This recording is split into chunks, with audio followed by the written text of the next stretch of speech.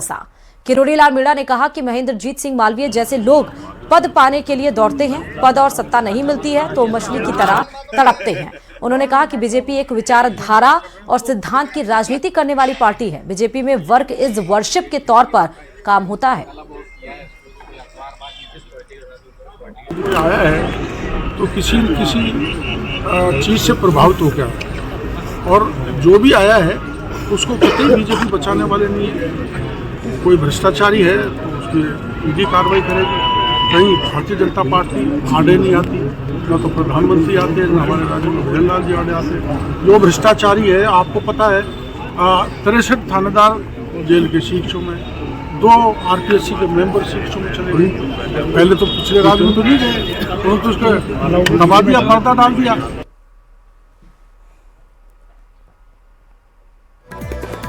कि एसआईआर चल रही है, आप कोई भी ट्रांसफर कार्मिकों का नहीं करोगे। अगर कार्मिकों का ट्रांसफर करोगे तो हमसे पूर्व अनुमति लेनी पड़ेगी।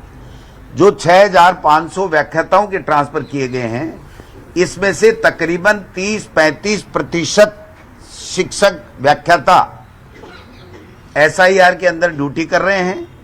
पहली बात तो ये जो सूची है, इस सूची का अनुमोदन चुनाव आयोग से इनको लेना चाहिए था, जो नहीं लिया गया। पूरी तरीके से ये जो सूची जारी हुई है वो इल्लीगल है, एक बात। दूसरी बात मैं ये कहना चाह रहा हूं कि जब हमने कल ट्वीट किया और विरोध किया और शिक्षक संघ 25-30 हजार के लगभग कर्मचारी यहां पर इकट्ठे हुए, तो इन्होंने आनन फानन में आज एक आदेश निकाला है कि जो एसआईआर के अंदर लगे हुए उन कार्मिकों को तुरंत आप वहीं रोक दो, रिलीव मत करो। इनका ऑर्डर प्रत्यारित कर लिया गया है और अगर कोई ज्वाइन भी कर लिया है तो उसको वापस उस जगह ले आओ। यानी प्रत्यारित करने का मतलब है वो ऑर्डर उनके लिए निरस्त हो गया है। अब 2 चीज दिक्कत होगी इस सूची के अंदर। एक तो ये होगी कि मान लीजिए मैं एक्स स्थान पे हूं और मैं एसआईआर में हूं तो मैं वहीं रहूंगा, मेरा ऑर्डर प्रत्यारित हो गया। लेकिन वाई स्थान का जो व्याख्याता है उसको मेरे एक्स स्थान पे लगाया गया है, उसको अगर एसआईआर में नहीं है तो वो वहां से रिलीव होकर के आएगा ही आएगा। उसको आना ही आना है, राज्य देश की पालना करनी है। तो वहां तो बच्चों के लिए टीचर नहीं है, व्याख्याता नहीं है, और यहां चूंकि एसआईआर वाला तो पहले से प्रत्यारित करने के कारण से बैठा है और दूसरा जो व्याख्याता है वो गवर्नमेंट ऑर्डर वाला वहां पर आ गया। तो कई जगह डबल हो जाएंगे।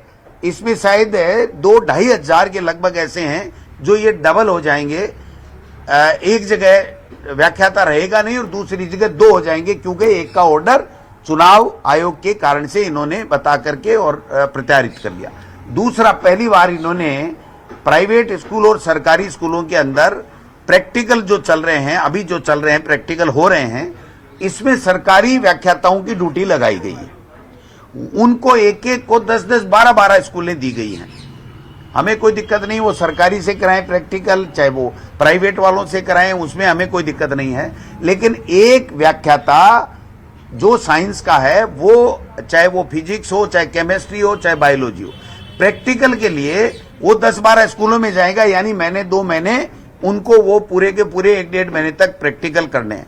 तो एक तरफ तो ये कहा कि वो प्रैक्टिकल वाले वहीं रहेंगे और दूसरी तरफ है, अगर वो गवर्नमेंट ऑर्डर की पालना करता है तो उसको वहां जाना पड़ेगा, तो प्रैक्टिकल कौन लेगा, ये समझ से परे है। इस प्रकार से पूरी की पूरी ये धांधली की गई है। ये 2-3 महीने से ये उद्योग चला है, पैसे लिए गए जम करके। और मैं आरोप लगाना चाहता हूं खुले रूप से आप मीडिया के सामने कि यहां मंत्री के यहां भी खुला भ्रष्टाचार हुआ है, सीएमओ में भी खुला भ्रष्टाचार हुआ है और सीएमओ में बैठे हुए भी कुछ लोग जो आरएसएस के लोग बैठा रखे हैं, जो इन सरकारी फाइलों को अनाधिकृत रूप से देखते रहते हैं, उन्होंने भी जम करके इसमें हाथ धोने का काम इस तबादला उद्योग के अंदर किया गया है। और पहली बार राजस्थान के अंदर चाहे प्रिंसिपल हो चाहे व्याख्याता हो, इतने पैमाने पर प्रशासनिक आदेश किए गए हैं। अभी जो व्याख्याता की सूची आई है उसमें 20% प्रशासनिक हुए हैं। 20% प्रशासनिक का मतलब है कि उनको सरकारी टीएडीए दिया गया है और 10 दिन की वो छुट्टी भी ले सकते हैं। दूसरा, कई कई जगह पर राजनीतिक व्यवस्था से इन्होंने 100% के लगभग प्रशासनिक आदेश किए हैं। मैं पूछना चाहता हूं सरकार को, फॉर एग्जाम्पल लक्ष्मणगढ़ है, मेरे यहां 87.67% प्रिंसिपल सितंबर में प्रशासनिक किए गए थे और अभी भी 85%, मैं सूची दे दूंगा आपको आज साथ में, 85% जो है वो प्रशासनिक कर दिए गए। ऐसा अनेकों जगह हुआ है। मैं मेरी एक इसलिए कह रहा हूं कि मैं इस विभाग का मंत्री भी रहा हूं और मैं इंटरेस्ट भी रखता हूं कि किसको क्या कहां पे किया गया। मैंने सूची बना ली है, आप मीडिया के साथी हो, आप सूची देख लीजिए। ऐसी क्या नौबत आ गई कि आप 1 महीने के अंदर अंदर मेन परीक्षा है, प्रैक्टिकल चल रहे हैं, उसके अंदर इतनी बड़ी भारी संख्या में ये जो तबादला उद्योग कर करके कर्मचारियों को परेशान किया गया है, कर्मचारियों को ही नहीं बल्कि बच्चों के भविष्य को बर्बाद करने का काम किया गया है। मैं मुख्यमंत्री जी से मांग करता हूं, अगर आप में थोड़ी बहुत भी संवेदना बची है और इस सार्वजनिक शिक्षा को आप बचाना चाहते हैं तो ये पूरी की पूरी सूची आपकी निरस्त होनी चाहिए। फिर जब जून जुलाई में आप बैन खोलिए और बैन खोल करके मर जाए जितने ट्रांसफर कीजिए, हमें किसी को कोई आपत्ति नहीं है, क्योंकि आप जो वादा तो ये करके आए थे कि हम एक भी ट्रांसफर नहीं करेंगे, पहले ट्रांसफर पॉलिसी बनाएंगे कर्मचारियों के लिए और उसके बाद में हम लोग ट्रांसफर करेंगे। लेकिन चूंकि हमने भी ट्रांसफर किए थे, आपने देखा होगा कल एक वायरल हुई थी सेकंड ग्रेड की सूची जो 122 पेज की थी, 2200 के लगभग सूची थी वो सेकंड ग्रेड के लोगों की, उसको अब की मान करके इन्होंने वायरल कर दिया, लेकिन उसमें सौरभ स्वामी के हस्ताक्षर थे और मेरे समय में हुई थी जब मैं मंत्री था। तो 2245 में से एक भी प्रशासनिक नहीं था। जो इच्छा से आना चाह रहा था, जिस इच्छा से जाना चाह रहा था उसमें किए गए थे और अगस्त में कर दिए थे हमने, 1 अगस्त या 5 अगस्त के लगभग कर दिए थे, यानी जुलाई में शुरू होते ही हमने कर दिए थे। तो अगर इनको करना था तो इनको मई जून जुलाई में करना चाहिए था, फिर भी नहीं किया तो अभी 1 महीने और रुक जाते, 2 महीने और रुक जाते। SIR भी चल रहा है, चुनाव के अंदर पंचायत राज के चुनाव की प्रक्रिया प्रारंभ हो चुकी है और उन्होंने ये कहा है कि आप इनका जो वोटर लिस्ट का काम, वार्डों का काम गठन का कर रहे हैं उनको आप ट्रांसफर मत कीजिए, फिर भी ट्रांसफर कर रहे हैं। और मैं आपको दावे के साथ कहता हूं सेकंड ग्रेड की भी 8000 के लगभग, जिसमें 70% से ज्यादा प्रशासनिक बता करके सबको प्रताड़ित करने के लिए वो सूची भी इनके टेबल के ऊपर अधिकारियों के पास मंत्री कार्यालय से आ चुकी है।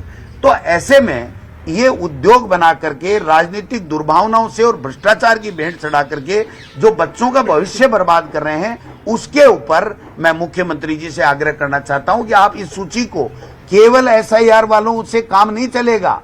अगर SIR के लोग वापस वहीं रह गए तो डबल पोस्टिंग भी हो जाएगी। अभी भी डबल वाइस प्रिंसिपल बैठे हैं, डबल प्रिंसिपल बैठे हैं।